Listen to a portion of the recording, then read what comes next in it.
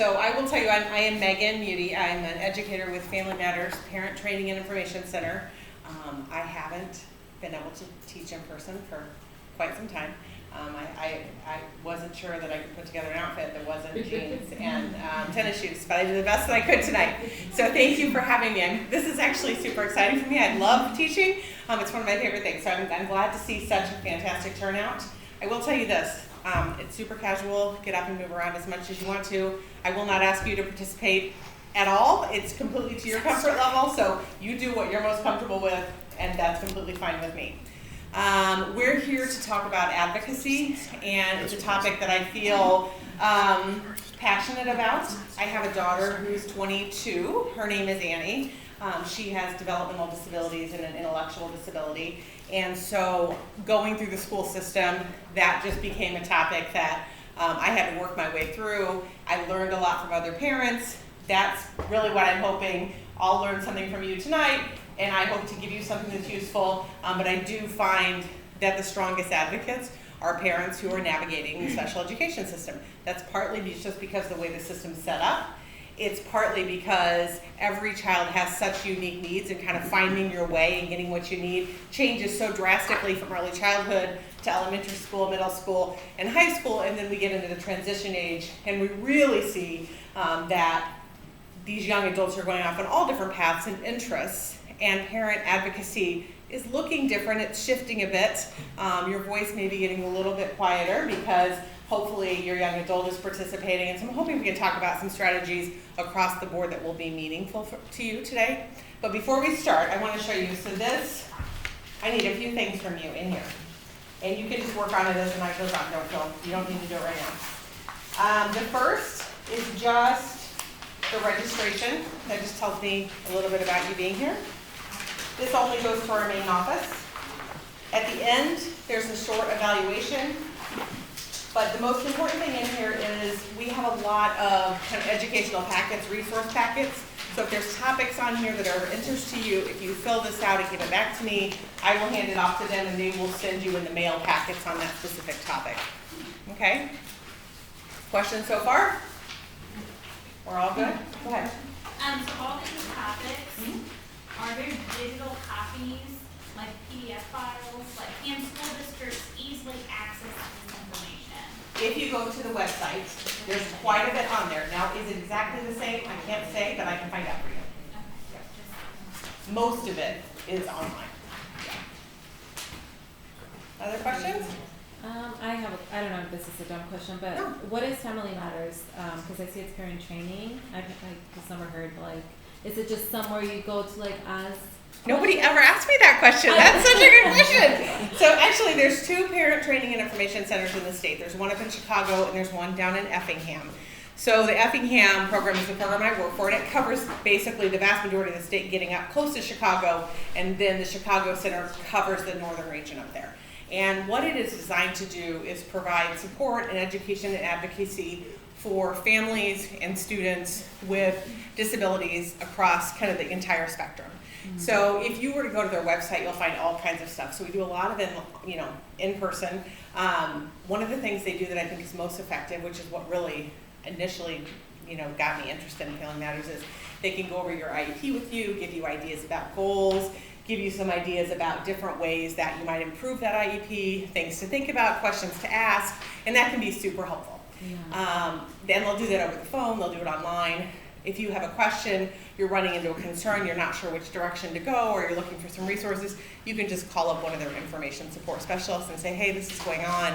And they'll say, you know what, I had a family last week dealing with the same thing, this is what we did, have you thought about this? Maybe call this person. It's a great, great resource, and it's all free. Oh, I didn't know that. Thank you for asking that. Thank you. No, I appreciate that. So tonight we're going to talk about advocating, and just to start, and I'm not going to ask you to give me this information, I just want you, because it'll help you sort of get in the right frame of mind about how you're interpreting advocacy. Just on your paper, the first one is, if on 1 to 10 scale, with 1 being absolutely terrible, and 10 being absolutely fabulous, and you can kind of decide there in the middle, your own school experience. And obviously you're having to generalize pretty significantly. But when you look back thinking of your own school experience, where would that fall for you? Would you Do you have really poor memories of it, painful memories, really great memories? You know, where does it fall? What's the scale? I'm sorry. 1 being just really terrible, Okay. and 10 being just an excellent memory that you have. Because your school experiences really impacts how you participate in your child's school. Even if you think that's all the way on the back burner, that sort of sticks with you, and just knowing how you feel about that's helpful. So that's 1. The second I want you to write down is, if I said you had an IEP meeting tomorrow, 1 is, I really dread it. Kind of feel sick to my stomach, really don't want to do it. 10 is, you know what, I love those. I might as well be going out to coffee with friends. Love IEP meetings. Where do you fall on that scale? And if you've never been to an IEP meeting, I think most of you probably have, but if you haven't, you can just skip that question. We'll get there. Okay? And the last one is just writing down, if I were to ask you, I won't again, but if I were to ask you to share 1 word that describes your communication style in IEP meetings, what would that be? And I'm not going to dictate your words, you pick what you want, but if I said 1 word to describe your communication style in IEP meetings, what would that be?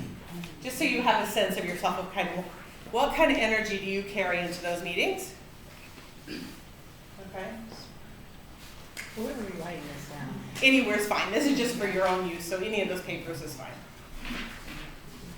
Okay? So all we're going to talk about tonight is some of these ideas are going to be so familiar to you, and I hope to give you a different spin on how to actually put them in practice. Some of them may be new. What does collaboration mean? To me, another word for collaboration is partnership, but what does that really mean? What do you have to have for that to work?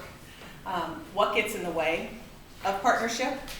Sorry, I know that I just saw a big animal outside that window and it threw me off. What's going on over there? What gets in the way of barriers? Or what barriers are going to get in the way of partnership and collaboration, particularly in the school system, whether it's in an IEP meeting or in the classroom or otherwise? What are some things that get in the way of that process? What do you do to prepare for an IEP meeting? What is your team doing to prepare for an IEP meeting? And what are some expectations you might have for your educator team? And what are some expectations that they likely have for you? And are you aware of those? Because that makes a big difference. The idea of interest versus positions, and we'll get into that in a minute. How to communicate respectfully. And then when you do have a disagreement, which I'll be honest, it's almost impossible to get through the entire special education system with all of the deep feelings that come with parenting a child that might have a disability and not have some disagreements, right? So if you just sort of accept that reality of like, there's going to be some disagreements. How do you navigate that and normalize that a little bit? You're not going to beat yourself up if you don't agree on certain things or you had a bad day and maybe didn't communicate as effectively as you intended, but you're also going to have the grace for your educator team that they're going to have bad days. They're not always going to communicate with you as they intended, and that you have to have some fresh starts. So this is just to put it in the most basic terms. Working cooperatively with others, open communication, sharing responsibilities, mutual trust and respect. To me, this is the one that matters the most in the education system, okay? Do you trust your team and do you respect them? Do you really feel a part of the team? And do you feel as though they trust and respect you? And there's history that comes with that. One of the things I think is most, I would say interesting, but also challenging in the relationship between parents in the special education system and educator teams is that parents come with years of baggage, right? So we didn't always have great years at school. We didn't always, and I might move on to the next year, but sitting right here is the experience I had last year with a different team. And now I'm going to come in to this team, and they're going to get to carry that a little bit, and they're not going to know where it came from. They're going to not know how to interpret what I'm talking about or the energy I'm bringing, but that really just never goes away. And if I have a great year, I carry that on to the next year. But always remembering that what's happening in the moment in a particular interaction within the school system may not really be about that moment. It may be about things that families have had to carry and burdens they've carried through bad experiences, and that changes how they communicate and how they participate. So, some things to think about in IEP meetings. And when I say think about, what I really mean is to be curious about, because I think all of us think, well, I communicate openly, I'm respectful, right? I think we all feel that. But to really look back and think, how do I show that I'm respectful of my team? How do I feel when I can clearly see that someone on my team is respecting something I'm bringing, some knowledge or thought I'm bringing to the team? Genuineness and empathy, and I'll give you some examples that I've heard from parents over the years about how that works well and how it doesn't, and willingness to listen. All of us probably can think about a time you were sitting in an IEP meeting and you're feeling down or frustrated or whatever, and you just look up for a second, you catch somebody's eye, a member of the team, and they just sort of like acknowledge you. And that moment of like, okay, it's okay, brings you back to like, this is okay, I'm just having a moment, I'm not feeling great, but she hears me. And that I have that on this team. And that makes a huge difference. But you've also had moments, most of you probably, where you've sat around a table and you're feeling really alone, and maybe you're disagreeing with some of the things that are being discussed, and you look up and nobody's looking at you, right? And you really feel completely alone. And how many of you in that circumstance are going to raise your hand to say your next thought, to advocate your next idea? Not many of us, right? I mean, some of us might have a little more steel in them than others, but really for me, that kind of shuts me down. I sort of lose the grace of I need to keep going and sharing my ideas. And as soon as we stop being creative and sharing ideas, we really lose the meat of the communication and building that relationship that supports the child. And so you always want to know that you're building an environment where it's safe to share ideas and be curious. And to me, that's the hallmark of a great IEP meeting. You may not agree, you may not, even end up in the same spot that you wanted to, but it's safe to share ideas and be curious. And that's a sign that you're doing something right. So when we talk about communication, that's sort of obviously the foundation for everything working well. But I want to point out this. Frequent communication sometimes will reduce the likelihood of miscommunication, right? Sometimes. But what I would say is just as important, a frequent communication is communicating about something other than something not going right? So if I know that I'm going to be communicating with my team, and this goes both ways, team, education team to family, family to education team, half the time I may be bringing a concern, a fear, a question. But half the time I may bring encouragement, support, thank you. Over time, that sort of starts to balance itself out. But if you find that when the phone rings into school and you get that pit in your stomach and you don't want to answer it, and then you just know, well, then the balance has shifted. Maybe you're getting 80 or 90% of your time spent with the school is negative. But guess what? School has exactly the same feeling. When the phone rings, and 80 or 90% of the time, they're hearing negativity, they're hearing criticism. And none of the other side of that is ever coming to them. They're not hearing encouragement about something that's going well. And that is something that happens in the special education system, unfortunately, because it is so stressful and because we do get so dug in on positions that once we've decided we don't have a good partnership, we tend to dig in more and more, and that partnership can start to crumble. And so an easy way to look at that and assess that is, hey, am I getting 50% of the time good feedback? And can I share feedback without feeling like it's not welcome? And is it kind of a 50-50 shift all the time? Or is it not? And a good red flag for that is if you don't feel welcome when you call the school, be curious about that. Hey, I'm calling and I feel uncomfortable and I'm not sure totally why, but can we talk about that? But also, if the school's calling you a lot and you're feeling uncomfortable with that and you have a lot of negative feelings about that, that's worth a meeting. Hey, every time you call, I kind of feel sick. Like I'm anticipating something negative happening. And I want to sort of reconfigure that relationship so that we can work better together. And I wouldn't always do that over the phone. Most of this happens better in person. And one place I definitely wouldn't try to have that conversation is where? Anybody? Email. Never by email. Okay? Yes. So never by email. You can just misinterpret so much of a message via email. And though it's tempting, especially when you're feeling a little bit spicy, to use email to communicate how you're feeling, Generally, that doesn't go very well. So taking the time to sort of make an appointment, simmer down a bit, really put your thoughts together and request that meeting. And I will say this, the other piece of that is it's not always helpful to have the entire IEP team together to talk about a particular issue, right? Because the more people we add to the dynamics, doesn't always add value. It doesn't always add positivity. If there's a particular issue, for example, in occupational therapy that you need to talk about, then the meeting maybe needs to be with an administrator and the occupational therapist or just the occupational therapist. Adding people and voices isn't always useful. Sometimes it is, sometimes it isn't. Now, this issue of unequal relationships, have any of you ever felt like, you don't have to say this out loud in here, but I want you to, in your brain, have any of you ever felt like when you go to an IEP meeting that you don't have the expertise to fully participate? Yeah. You know, or when they start handing out some of the data and the testing and looking at that and you want to understand it, but you can't. I can't remember the number of times I would look at that data and that testing and I would sort of think, I'm going to pretend that I understand this. I'm going to shake my head and be like, yeah, okay, I understand it. But I never really did understand it. And so one of the things that you can do to help yourself feel more kind of in partnership with your team is don't get surprised in a meeting. Don't surprise the educator team in a meeting. Don't be surprised.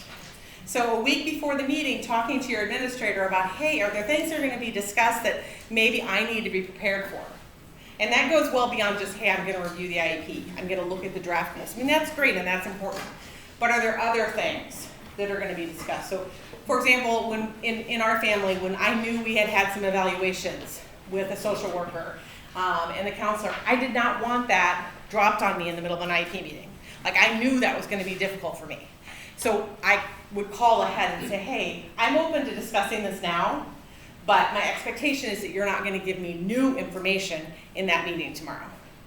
Now, what would happen is they would discuss it with me, but what do you think would happen is the next day, if they did bring new information that they hadn't prepared before? It kind of all goes back to that trust. So then that trust with that professional, for me, was diminished, right? Same thing goes when we talk about parental concerns.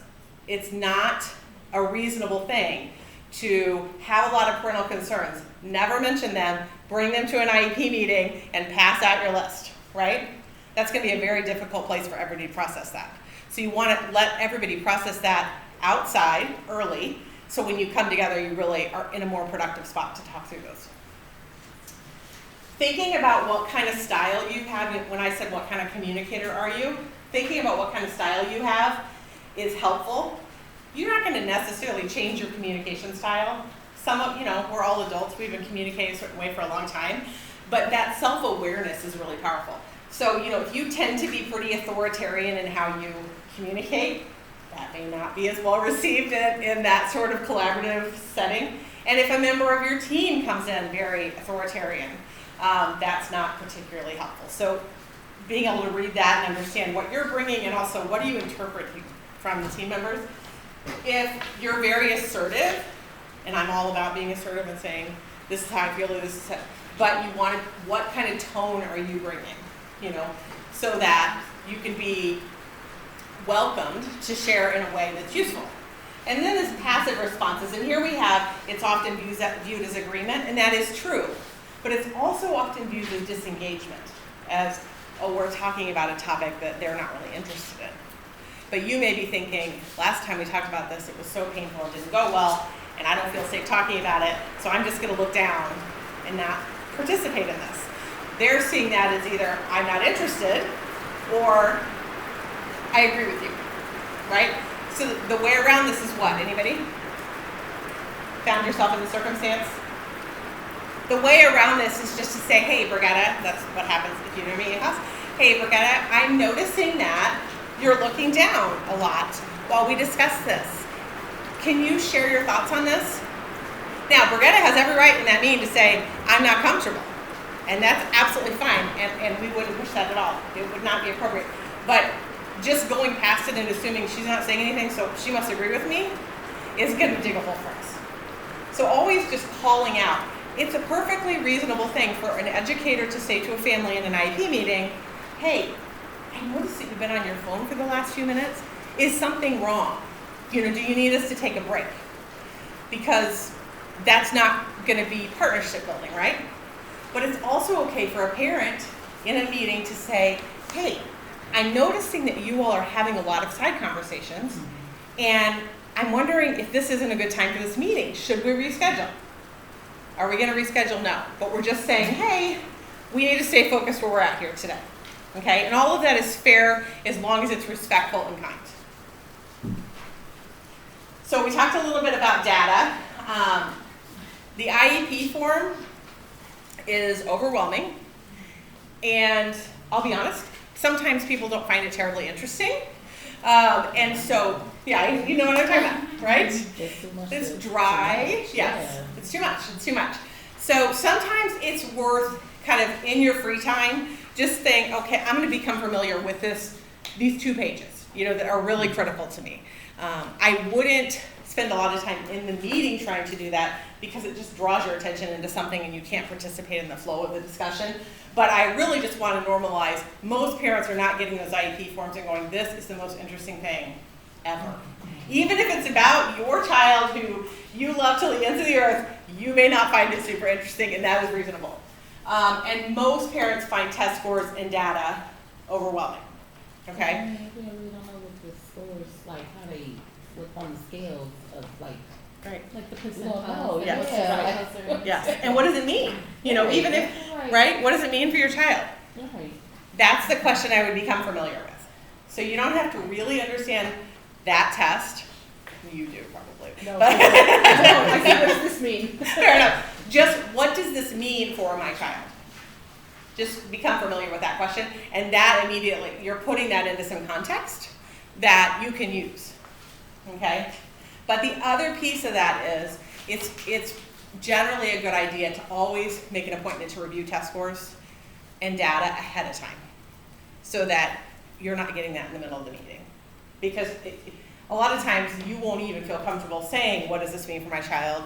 And it just kind of, you just move past it, you're just taking a little bit of it. But if you get a chance to really dig into it, it may really inform some of the goals that you want on the IEP. So, a few days ahead of time saying, hey, can we sit down with the school psychologist or the school social worker or your administrator and talk through what it means? They could probably give you some really good context and help you feel more confident about that. So basically IDEA, and some of you have heard of IDEA, some of you probably haven't, but it essentially gives parents and students the right to fully participate in IEP meetings and decision making around their education, okay? So you're recognized as full partners on the IEP team. And I say that so that when you're not feeling like a full partner, you can sort of take a step back and be like, I'm as much a part of this team as everybody else at the table, and my voice is as critical, right? So I have every right to share my thoughts as everyone else, and really kind of finding your footing there because it can feel so uncomfortable. And IEP teams at some point, and I'm hoping everybody's already had this experience, it'll say in your IEP, what kind of parental concerns do you have? And they'll write it down. You'll see somebody taking notes and they will write down all of your parental concerns. And then after, when you're looking at the IEP, you should see that documented in the IEP. Okay? Should be asking you that before they write the draft. Yes. So you're getting right to right. I'm a parent and a school social worker, so I have a very interesting. I might have you view chime in on more. Feel free. Feel free. That part should be filled out when you get the draft. Yes. Yeah. Got it? But how are they going to fill it out in the draft if they haven't talked to you, right? Mm-hmm. So just as the team is going to bring that draft to you that you should have feedback into, you're going to bring your list of concerns to them ahead of time. Okay? So you want to bring that list, a couple weeks ahead of time to the team so that they have time to look at it. Okay? So in preparing for that, you want to look at past data. I just said that. Data's not that interesting to some families. I totally understand that. It's not necessarily my cup of tea either. But looking back at some of that past data can be helpful. Review any goals that have been shared with you. That said, you should always be getting draft goals ahead of time. Okay? If you're not, then talk with your team about that. And goals aren't given to you for you to look at and say, yes, I agree, and give it back to them, right?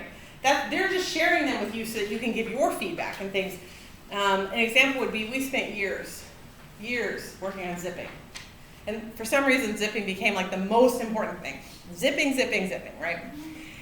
And I want to say she was 16 or 17 before somebody in the IEP team said, does she know how to zip? And no, she doesn't know how to zip. Why are we still working on zipping? Why are we spending precious occupational therapy time working on zipping when she's moving into transition and really needs to know how to push the buttons on the microwave, right? Or unlock the front door. Zipping, we need to let zipping go. And you know what we did? And she's perfectly fine.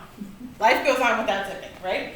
So looking at those really critically and really through the unique lens of the needs of your child.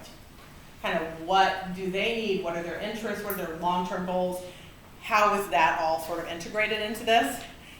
The other piece of that is if we all were having dinner together and you all brought your IEPs, I should see 20 very different IEPs, right? So there's certainly going to be some similarity between goals, but regardless of the age of the child, every child comes with unique strengths and unique deficits, and the goals should look different for each child. So, that doesn't always happen, and the reason it doesn't happen is because special education teams are deeply overburdened. And so in no way is that a criticism of them. It's actually a great opportunity for families to come in and say, hey, I'd like to individualize this some more. Here's some ideas that I have. Here's some things I'm noticing at home that we're struggling with. Could we add a goal about that? You don't even know how to write the goal. That's totally fine because your team can help you with that piece of it, right? And then this is where the parental concerns list can be helpful. We talked about sharing that ahead of time so the team doesn't get surprised by anything. Write down what your child does best and what they have difficulty with. Think about what their needs are, but think about it in specific context. So in the classroom, in the hallway, at recess, in the bathroom. What are their specific needs? If there's areas they struggle that you'd like to put that in, that's going to help guide some of those discussions about goals.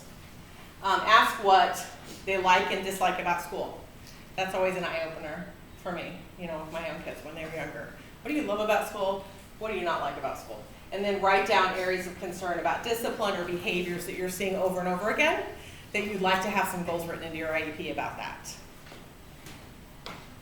Anything on this? Go ahead. I feel like this one is really hard because it's really hard to understand your child's day-to-day dynamic. Right.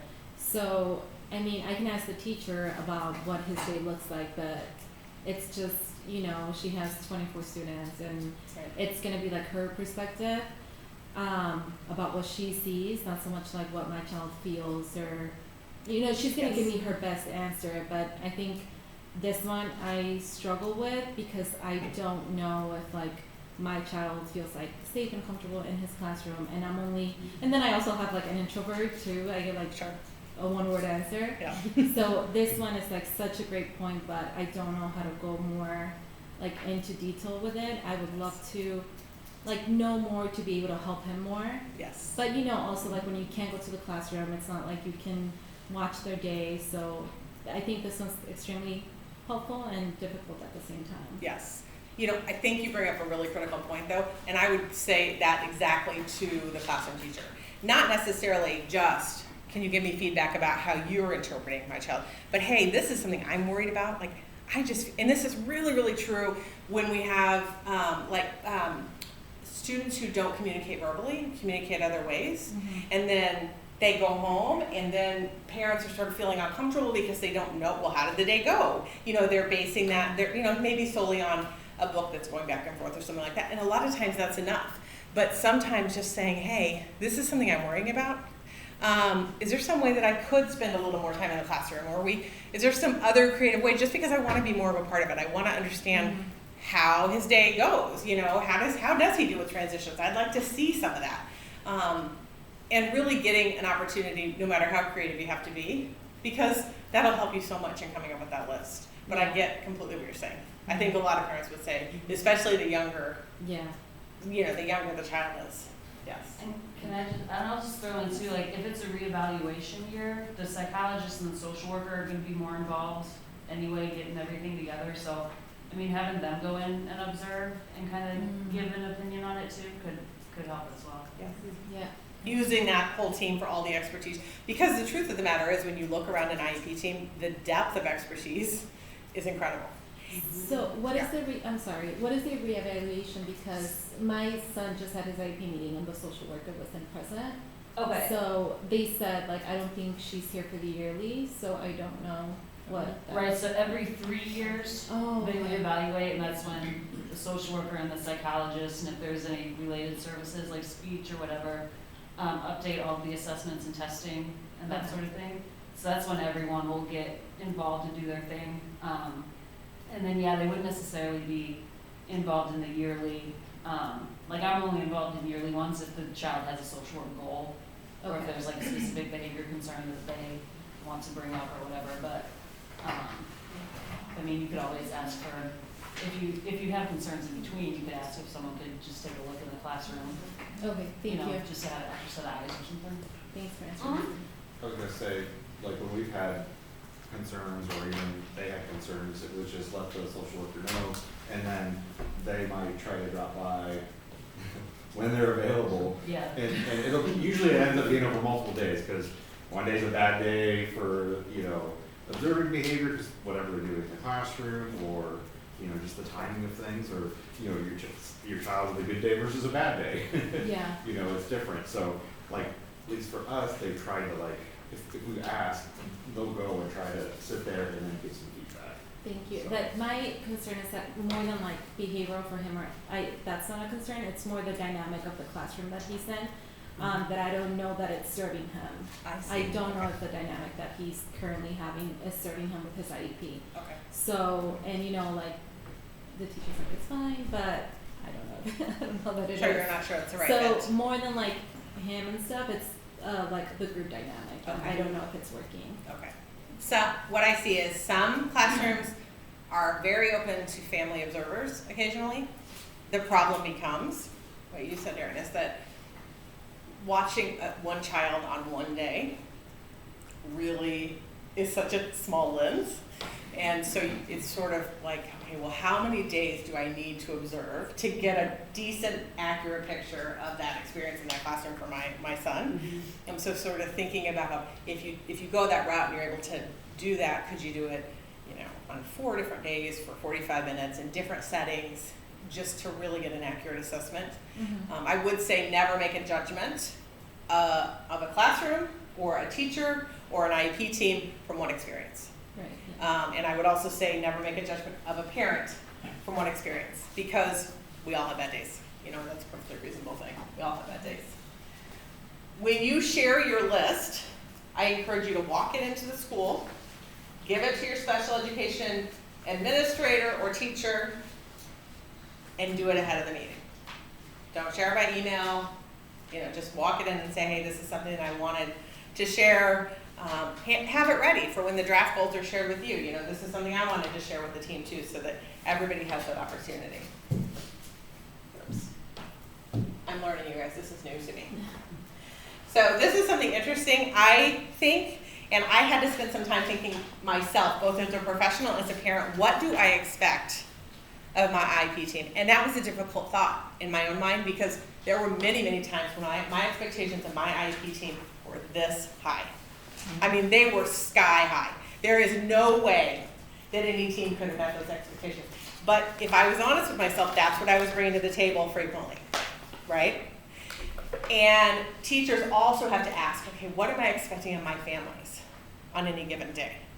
And are my expectations higher than what families can bring in because of all of the stressors, outside of the school system, right? And that's going to vary depending on the day. But talking about what parents often tell us that they expect of their educators: respect, both for the child and the unique needs of the child, but also the needs of the parent, and what that parent brings to the table.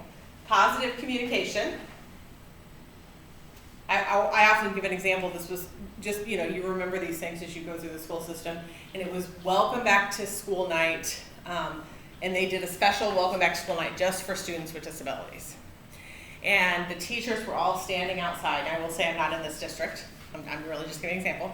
But the teachers were all standing outside their doors and they were smiling. And it was just like the most positive, like you really just couldn't feel bad. Like your anxiety was lessened. You felt good about it. But when I got to my daughter's teacher's room, there was nobody there. She wasn't standing at the door. And I thought, oh, she went to the bathroom, or, no big deal, everything fine. Well, then eventually, nobody came back, and I sort of looked in the room, and she was sitting at her desk, way back in the back of the room, on her phone, looking down. And when she saw me, she said, well, you can come in. And the difference of how I felt about everywhere else I was in the school, and just in that moment, was really stark. And it really came out to that kind of positive communication, that sort of welcoming spirit that you always need to have, especially in those initial interactions where you're making a lot of judgments about each other. Lots of opportunities to be involved. Now we're coming off of so few opportunities to be involved, but we're making some progress. So doors are gonna open soon. So this is a great opportunity to get to know, you want to know that team away from the IEP table. Like that's the very worst place to get to know the team. You want to know them at pizza night, you want to know them at field trips, you want to know them any other place but here, because that's where relationships are built. Not to say you can't build relationships at an IEP, I don't want to say that, but I would say that's not the best place to build those relationships. You want assistance in problem solving, but you can't get assistance from your team if you don't tell them you need assistance, right? So if you don't say, hey, I'm struggling here, what could we do? Do you have any ideas? Does this happen in the classroom? How do you handle it? You're not going to be able to get feedback for that. And I think there's sometimes some reticence by parents to say I'm struggling because they're worried about that judgment. But most of the time that judgment isn't there. Really, most of the time, teachers want to help you and they want to partner with you.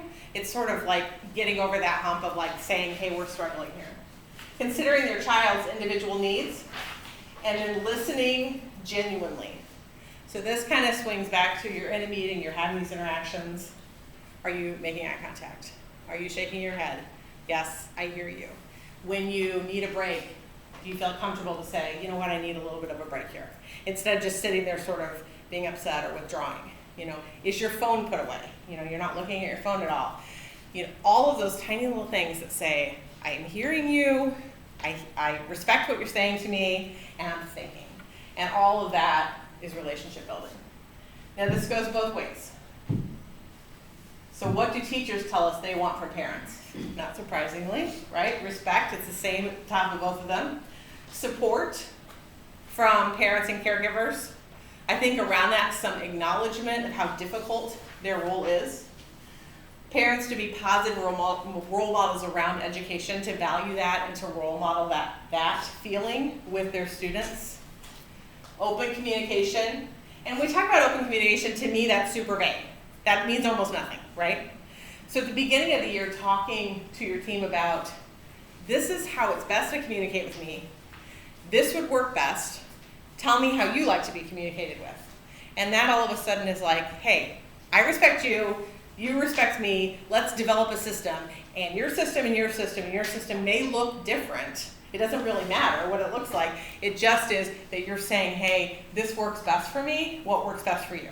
You're just opening up that door a little bit. Because when we talk about sort of that heaviness that some parents bring into the school system, because they've had really negative and painful experiences, those parents might not be uber open to hearing from the school by phone 3 times a week, right? Because that's just not something they respond positively to because of what they're bringing to the table.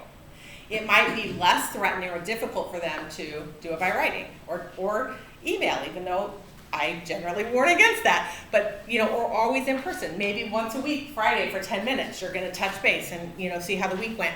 That there's no rhyme or reason to like, this is the only way versus this way, but having something, don't do nothing, and then wait till there's a problem about how it's working and say, well, you're not communicating effectively with me. Because they might say, I don't know what that means for you, right? It looks different for everybody. Willingness to reinforce academics at home. A lot of times what I hear from families is, I do love what they're doing in the classroom, but I do not have time to do some of that at home. I'm exhausted. I can't do that. So what I usually say is, I'm glad you're telling me that, but I want you to tell the teacher that, you know. But also say, okay, I cannot do 2 hours of homework a night. That isn't working, but I do have 30 minutes. Can you send home 30 minutes? And I absolutely commit to getting that done. Just be clear about what is doable. Don't bring problems, always. Bring a solution. And it's reasonable to ask your team too. Okay, I hear you saying we're having this particular behavior challenge. It's happening all the time. We're talking about it every week. What ideas do you have? How could we address this? Well, you know, we tried this last week. It didn't work. Let's try something else. Parents and teams get caught in a negative communication cycle when they're bringing a lot of complaints and frustrations, but they're not sharing their ideas about how to fix it. And it's easy to get caught in that. And then parent-caregiver involvement. And again, this goes back to getting to know your team outside of the IEP table. So how many of you have ever, go ahead. I was just gonna say, it was eye-opening to me when my son went to both Thomas Jefferson and what was going on with that thing? Sterling. No, not Sterling. Harrison. Harrison. Like, as a parent, whenever I went in for a meeting, or if I had to, you know, go talk to them about anything, I'd be walking around the building and like random people that work there would be, thank you for coming in. Thank you for being here. Like, you know, it's like they feel like parents aren't involved at all, and just, I mean, just random people telling you thanks for being here. It's amazing. So, you know, I think that making sure they know that you're there to help them as well as, you know, they're helping you is important. Thank you. And they're breaking down the barrier for those families who are coming, but are coming with a lot of discomfort, or coming with a lot of anxiety about what it's going to be like, or had bad experiences themselves and are now coming in and they're trying to put their foot in the door. Doing that and saying, we're so glad you're here, just immediately, this is a safe environment. You know, you're not going to repeat the same experiences that you may have had 20 years ago. So thank you. I think that's a huge, powerful statement. Now, how many of you always get along with your school team? Like, everything they say you agree with, everything you say, they agree with. Everything's great. You for sure? I would say like 90%. Yeah. 90% is pretty good. 90% Yeah. is pretty Like, good. I Okay. can't. 90. Because I'm willing to be open with new strategies. Okay. I'm open to communication, but you know, I gotta be skeptical too. You know? I like that word. I love that word. That's a good And word. To know when, just to know when, you know, things aren't right or don't sound right or Yeah. are not going right. And you feel safe sort of questioning when you have that feeling of skepticism? You feel like you can say, hey, I feel a little off about this?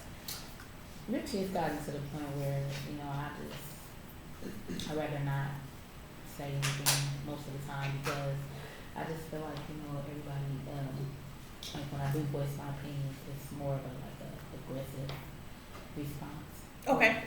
And I'm not trying to come off like that. It's just, you know, I'm raising 2 boys, so you know my feelings. There's some strong feelings there. And one of my kids do have behavioral problems, and he's been an issue at the school. Like, you know, just, and they call me constantly. So it's like you said, like those burdens. I'm just kind of feeling like overwhelmed with the whole behavior thing, and it's just, I feel like it's just gotten to a point where they're not open to communicate with me effectively. Okay.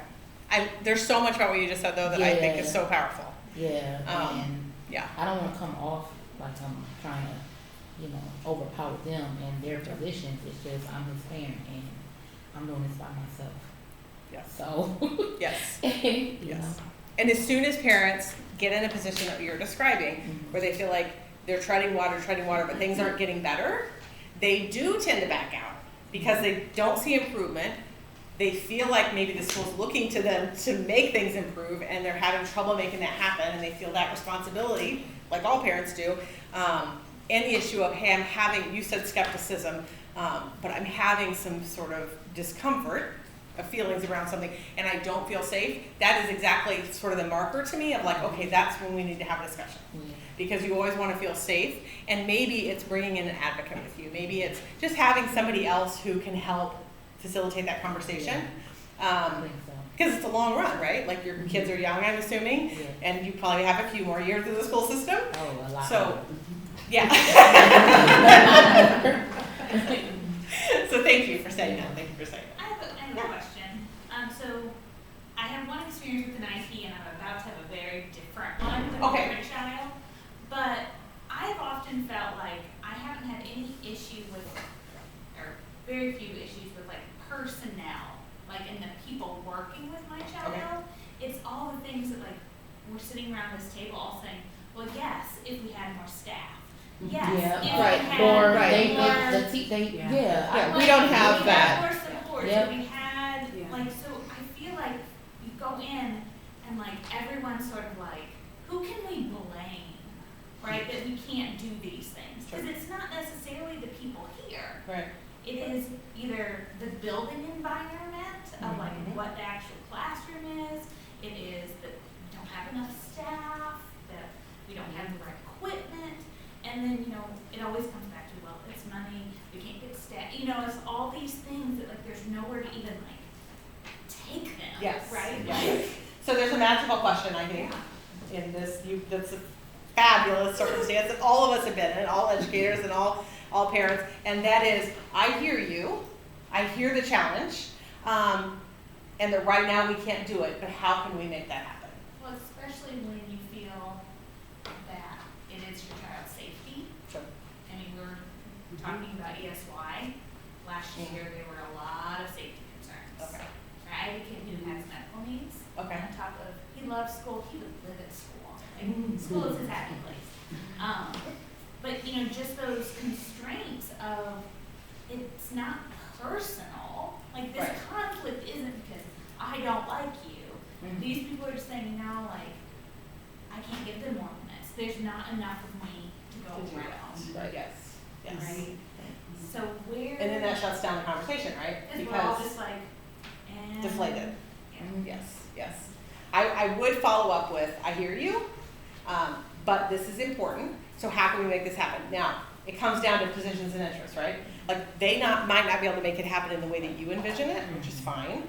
You're just, for example, wanting safety, right? That's your interest. So thinking through and keeping that conversation going, I totally acknowledge the barriers that are there, because they are. There's not enough staff, there's not enough money, there's not enough space. All of those are absolutely legitimate, and I bet all of you have run into some request or some thought that you had about something that was needed and have run into one of those barriers. That's super common. But then I'm not saying push back and dig in and say, you're wrong. You know, you do have enough staff. Stretch your staff further. That's not going to be helpful. Just to say, I hear you, and how could we make this happen? How could we be curious about solving this problem? Could we partner with another school district? Could we partner with another school? Could we utilize volunteers? Could we have parent mentors? I mean, think really, just don't be afraid to throw out anything that feels crazy to you at the time, and not to be offended if you sort of get pushback, because that may not be how the team is used to working. They may be used to saying, we can't do it. I really because just they think have. that's mainly what it is. Like, they don't have enough parents involved as it is. And I just feel like even it's rare that, you know, a parent like myself is at the school every day, pretty much. And you know, just seeing things and just mentioning things, they're not used to that. So Sure, it's a different, it just yeah. is. Yeah. Mhm. I appreciate that. That's it. Yeah, I was just talking to one of my bosses about that the other day, that we love it when we get parents to advocate for their kids, because we don't I wish see it. I see more I see. parents, because I am a parent advocate, I'm employed through the district, but Okay, yeah. that wasn't how I initially started off. Mhm. Like, I was there because my son had behavior problems, Right. and I just wanted to make sure he went by his day behaving himself. That's how I started off. Then I got Yeah. employed, and it's like I see more, and I really wish that it was a lot more parents up there. Just because I'm seeing other behaviors and, you know, from the other kids, and it's not the way it used to be. Behavior wise, no respect at all. But you are right, like, the Yeah. IEP teams and stuff, you know, they're, the ones that have been around for a while aren't used to it. No. Like, You know, and so it is sometimes when you get a parent start pushing back, you're kind of, oh, but no, this is good. Right. You know? Yeah. Is there somebody on the So- team who can stop the team there and say, "But wait, let's Right. look at this differently"? Right, yeah. Yeah. Go ahead. That's what I was gonna say is, I think in my journey with both of my children, I've gotten to a point where I do understand the other side, that they can't always, they don't Yeah. have the resources to provide everything. But I think what I've gotten good with, and our team has gotten good with, is, okay, so let's look outside the box. How can we approach this to get closer to what that goal is? And we oftentimes come up with things that nobody else is doing. And it might just be happening for my kid, Sure. but we've made it work for that situation. And then I think it opens up, if we can do it here, then maybe we can do it, for other parents that come behind. Yes. So, yeah.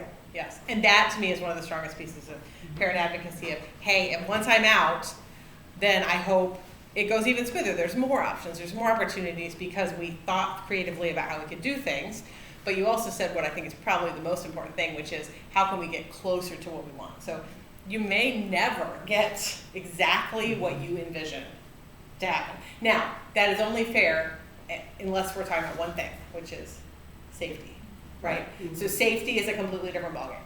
You always have to get there with safety.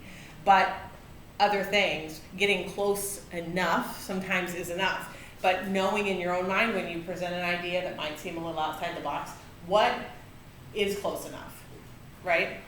So when it comes to safety issues, I'll give you an example. We had a couple times where my daughter went out at recess, everybody came back in, you know where this is going? She did not. And the first time I sort of, okay, there's a highway over there, but okay. But the second time, I just couldn't bring that energy, right? But we had to sort of think through, safety is a line in the sand, right? Like, there's safe and there's not safe. And so we have to have a system that I know every day she's gonna come through that door and that nobody is gonna find her outside wandering around, right? So that's a different ballgame than, I really need my child to have more opportunities to spend time with peers. I need 15 more minutes of occupational therapy time because their handwriting is right on the cusp of being readable, and I know if they had a little bit more time, and the occupational therapist is saying, I do not have 15 more minutes. It's impossible for me. Okay, well, how can we talk about groups and parents and engagement in a way that brings people to the table to support that child around those goals? Negotiables and non-negotiables. Yes, exactly. And knowing ahead of time what that is for you is helpful because you kind of need to know, like on this, there's a lot of leeway. But on this issue, primarily safety, there is no leeway. But that might mean that parents have to engage in a different way, that they have to be at the school, to be another set of hands, or they have somebody else at the school to be more engaged, and that's a lot, and that's hard, and all of that is hard, but that sometimes is the only way forward to make sure that everybody's needs get met. And that's hard for me to even say, because parents will often say, well, that's great, Megan, but I'm working 65 hours a week, and I'm just trying to pay my bills, and I can't be at school, to do that. And so that kind of comes down to how can the community engage in a way that supports families. And that's a much broader discussion, right? I got one more Yeah, point. go ahead. We asked, how you felt like supported by your team. I think the least supportive member of the IEP team has always been whoever's coordinating. A Oh, lot of times that person, like the people on the team look to that person to lead and they don't want to speak up. okay. And then that person really likes to shoot things down. Right. And I mean, We can't do that. We can't do We've had that. 3, We 4, can't do 5 different coordinators. Which is Every time, oh, that's not available. But I will say, working with the individual people separately from the IEP meeting is a lot better. Or I've had the principal and one of the other people get together and brainstorm how can we do this. Like, I think you could have really good advocates for your child that, speak up more before or outside of the IEP meeting. And then when we get to that meeting and they say, they presented, then the coordinator's like, oh, yeah, we could do that. But I find they're much more frank and much more well, frank and honest, right? Sure, I mean, about the challenges. if I call someone outside of the IEP meeting and say, I don't think that we're meeting my child's needs, they're like, yeah, no, definitely not. If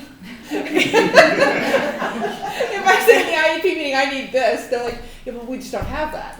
Right. And then where do you go from there? Right? Right.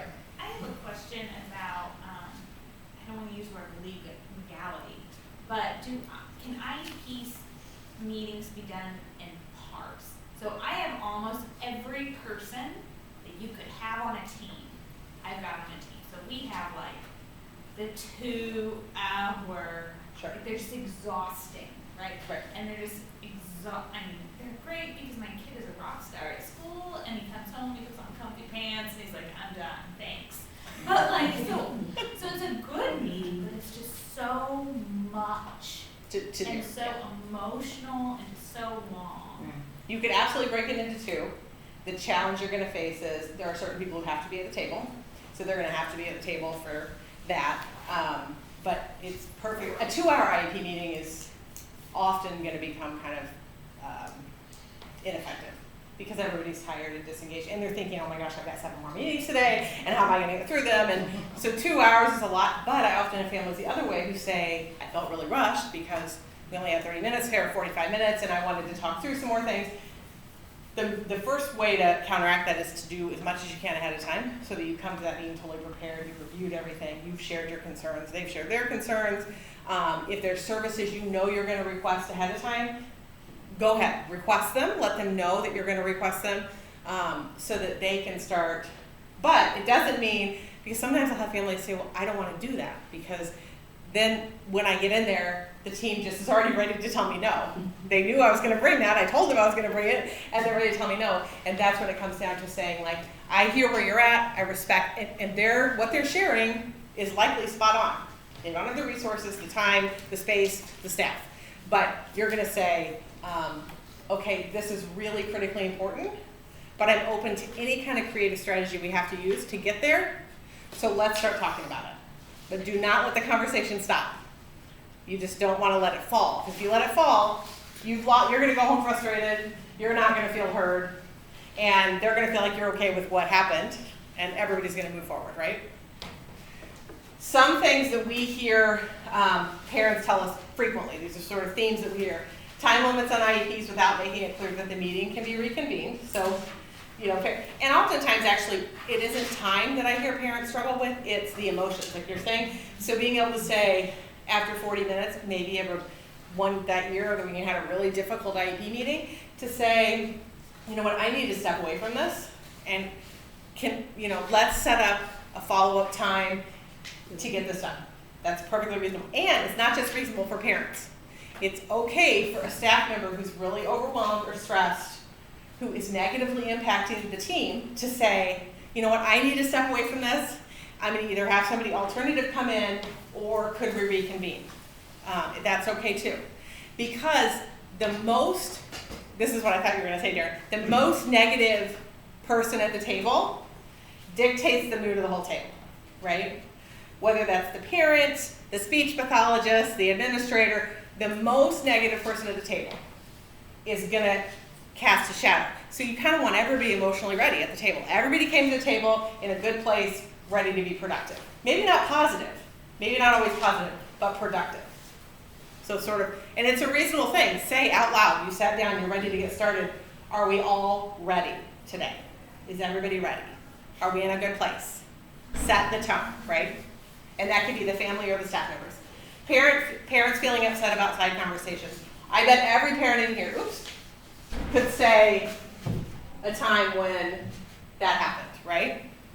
Or staff members have been in millions of meetings where they're trying to present something and they're seeing side conversations, right? And it's just infuriating for so many reasons and dismissive.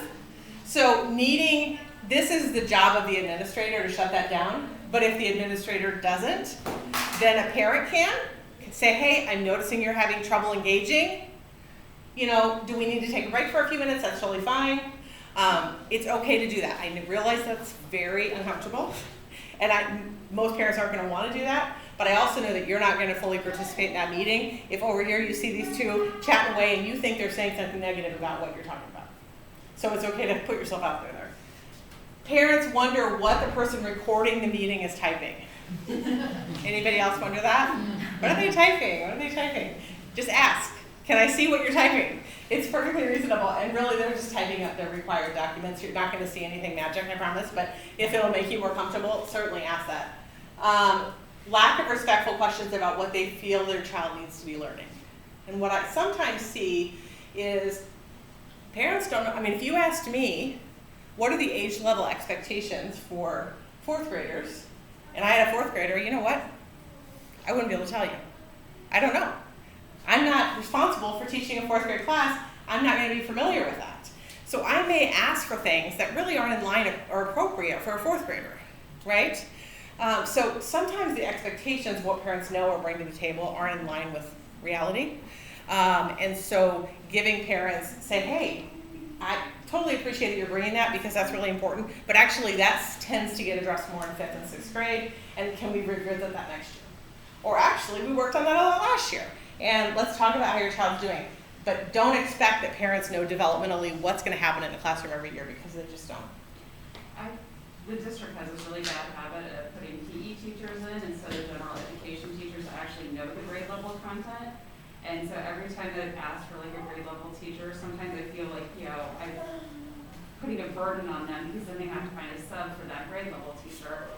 And like now he's in day treatment, so it doesn't even matter at this point. But yeah, it's like through the years I've always felt, and they don't tell you, it just says general education teacher. It doesn't tell you that this person's a PE teacher. So when you ask about, you know, the 4th grade thing, they're not going to know. Okay. There's actually several pieces to that. How am I doing on time? This always happens to me. I get going. But one thing I would consider, and I know this is difficult. Like, I know a lot of what I talk about is more ideal and more difficult, and not all of it's going to happen, but some of it can. When you're sitting around the IEP table meeting, and there's a teacher that you're not familiar with, or a therapist you're not familiar with, number one, make sure nothing happens until you know who's sitting. You're talking about very intimate details of your child's life, who is sitting at that table, right? And if it's somebody sitting at the table to fill space, that may not be the right person, right? So if that teacher's never going to touch my child's life, never going to have any, which happens frequently to meet that need of general ed, then maybe saying, hey, actually, we're really hoping for, I'm giving you an example here, an inclusion history class next year. Could that history teacher maybe come down and be a general ed teacher today? Because I would really like their feedback. Now they may say, no, not today. Then you could say, can we revisit that issue at our next meeting? But you're right, that person needs to have context to your child's unique needs. Yes. One more thing. A lot of, like, since COVID happened, they've been having a lot of virtual meetings. Yes. So before COVID, it was in-person meetings, but I would really like for them to go back to the in-person meetings. That way, like you said, a lot of things won't get misinterpreted over the phone, or you can kind of like see them face to face, and it'll be, welcoming feeling, or whatever the case is. That is a big, Yes. and I would get lots of, we'll talk about it in a minute. Go ahead. I was going to say, mine are in person now. Oh, okay. I demand it, basically. Okay. I say, Yeah, I think I may. I'm polite. Okay. Yeah, I'm polite and kind about it, but, they know me now. They just know, they don't even ask anymore. Right. They know it's going to be in person. Right. I will say that even during COVID, when parents weren't even allowed into the building, because I requested, because I actually have a disability, that I have to actually see people talk and be able to check things, that they would let me have in-person meetings even during COVID when parents weren't allowed in there. So, I mean, there are situations where you can't, Yeah, I think that. it's just not something you can do. Yeah. And I'm all for, Just ask. yes, I'm all for in person, but I will say this, I had a district tell me recently, not this district, but this may be the case, that they had much higher parental participation IEP meetings because they were online. Mm-hmm. So I will say, where our direction is some more parents who maybe are more comfortable, maybe the demands of their day allow them to participate, I don't know. But I think it's reasonable to ask for both, same kind of situation, yes. So both have their strengths, but I prefer that I can see what you're telling me without telling me if I'm with you. It's easier. And then negative comments about the child's behavior. it's just essentially not productive. And that doesn't usually happen unless the meeting has otherwise gone off the rails, right? So if you start to feel that or hear that, either as a staff member or a parent, that's the time to say, hey, I think we've gone as far as we're going to go today. I think we need to revisit this. That we've reached the point of not being productive. Maybe we're going to go. Okay, you guys, I'm going to talk fast. So when you're talking about conflict, you're going to focus on this: trust, communication, differing views of the student, right? Like, I feel a certain way about my daughter, but if you had her in class, you might feel a totally different way about her, right? Who's right? Both of you are right? And then lack of problem-solving skills or knowledge about what that particular problem is. So we had lots of problems over the years that I worried about. I worried a lot about. I lost sleep over, but I did not know how to solve. But there would be somebody on the team who had expertise in that area to solve them. It wasn't always on me to solve them, and I had to let myself be like, this is outside my wheelhouse. I don't know what to do here. So this, most of you know this, but conflicts develop when people feel threatened, feel unheard. What we see is in education, it's generally around eligibility. Are you eligible for the services that you want? Where are you going to get those services? Huge, huge, huge. And what kind of related services you might want or be seeking for your child. Would you all agree that those are some areas where you may run into some conflict? And when it occurs, you want to address the person with who you're having the conflict with. And the IEP meeting, in my experience, is not the most productive place for that. So I would rather talk with a parent or a professional maybe an hour before the IEP meeting or a week before, than let's have the pressure of trying to solve this personal disagreement possibly in that meeting. That's generally not super productive. Be tactful, maintain your composure. How many of you have cried in an IEP meeting? After.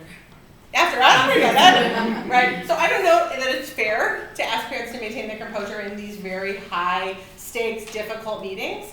It's okay that you might not maintain your composure all the time, right? But it's in those difficult conversations that becomes important.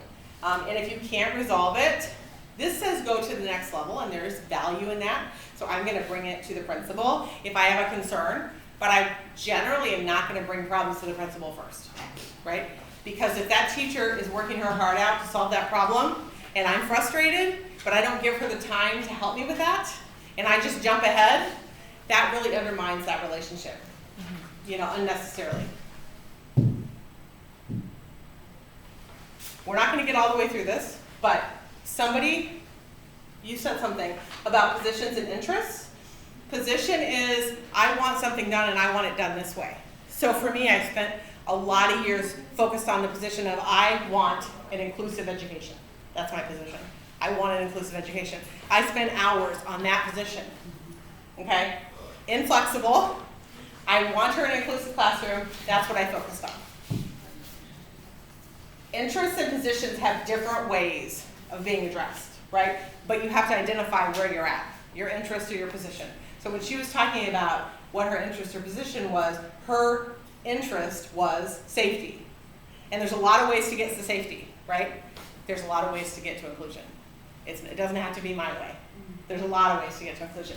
And once you realize what your interest is on a particular topic versus what your position is, you realize there's a lot more room for movement. That's where that room to be curious about solving the problem.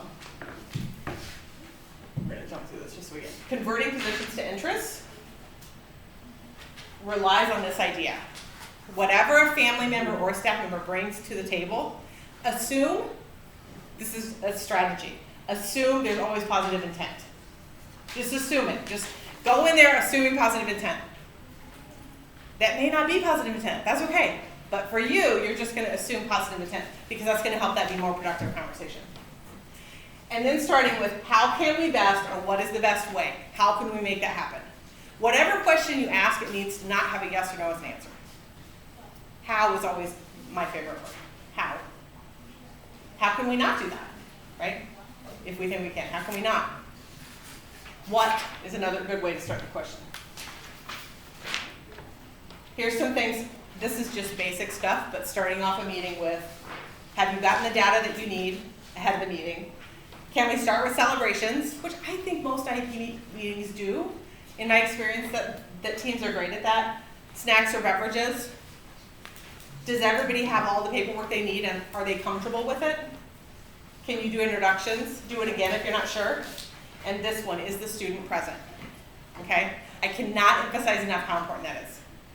Now, I'm not saying every student wants to be there for the whole thing. Maybe they just want to be there for introductions. Maybe they just want to be there on video. That's fine. But it's about them, and you're helping them advocate for themselves. So think about PowerPoint presentations, videos, handwriting, anything that's going to help them feel empowered to share, because really their voice in the process is the most important voice. And sometimes when they're not there, it becomes about everybody else's focus, right, and their needs. So figuring out a way to get that student voice to the table. Talking about ground rules. How many of you at your last IEP meeting, the administrator started the meeting with saying, I want to talk through some ground rules? Nobody, I bet, right? So this is really critical to starting off on a positive note. Really critical. So if I see you next year, if I get invited back for a parent university, I'm going to ask you, how many of you have ground rules? And as parents, it's okay to say, could I propose a few ground rules? Which I know is super intimidating, but it's absolutely okay to do that. And then we'll start out the meeting off, everybody's on the same place. Bring some things to celebrate. So there's going to be things in your child's life that happen that your school team knows nothing about. So that's a great time to bring it in and share, and you're going to get feedback from your team about things you know nothing about, maybe that's happened in the classroom. Pictures, trophies, but really it can be something small. Like, I got an email or a text tonight from my daughter that said, Mom, I just preheated the oven. Now, am I thinking in the back of my head, Did you turn it off when you were done? Yeah. But still that sort of self-empowerment of, I wanted something to eat and I preheated the oven. So those sort of things that don't get talked about a lot. I have a question regarding this. Yeah. What is the policy on the time? Because my last IEP meeting was this week, and it was for an hour, Okay. and I had 13 questions, and they were kind of like, your coordinator was like, I have to go to the next call, like you know. So I actually didn't feel like I got through everything, which I got through the most important stuff, which was fine. But at the end, I just wanted to ask how I can better support the team and just like get some feedback as a parent. But it was just like, no, we gotta go. Okay. So like, I know the meeting was set for an hour, and I knew when I was like, okay, I have 5 minutes, and I have 3 more questions. Sure. But like, everybody has to go because they had more meetings. Right. So like, I love this part, but I could barely get through my What you already have questions. to do. Yeah, Yes. that I was prepared for. I would say know what the limits are. So if they schedule an hour, then it's an hour. You're in and out an hour, but you always can recall your IEP team. And always. You may not that day because they've got 5 Right, other I hours. didn't know that. So just to say, hey, I have 3 more questions. Could we meet next week for 10 minutes? And maybe it's only half your team that you want to talk to. Yeah. You can do that anytime you want. Oh, okay. If you looked at the goals and you decided you wanted to meet again, that's just ask for it. Here's some things that you always want to understand in an IEP. That's a different training. But if you really are looking at these and you're like, oh, I don't know what some of those are, this is a really important thing to understand. So let me know and I'll give you some resources on it. And then lastly, just some friendly tips. Leave your baggage at the door, meaning this is a different team, a different group of people, a different set of parents. Be curious about the experience.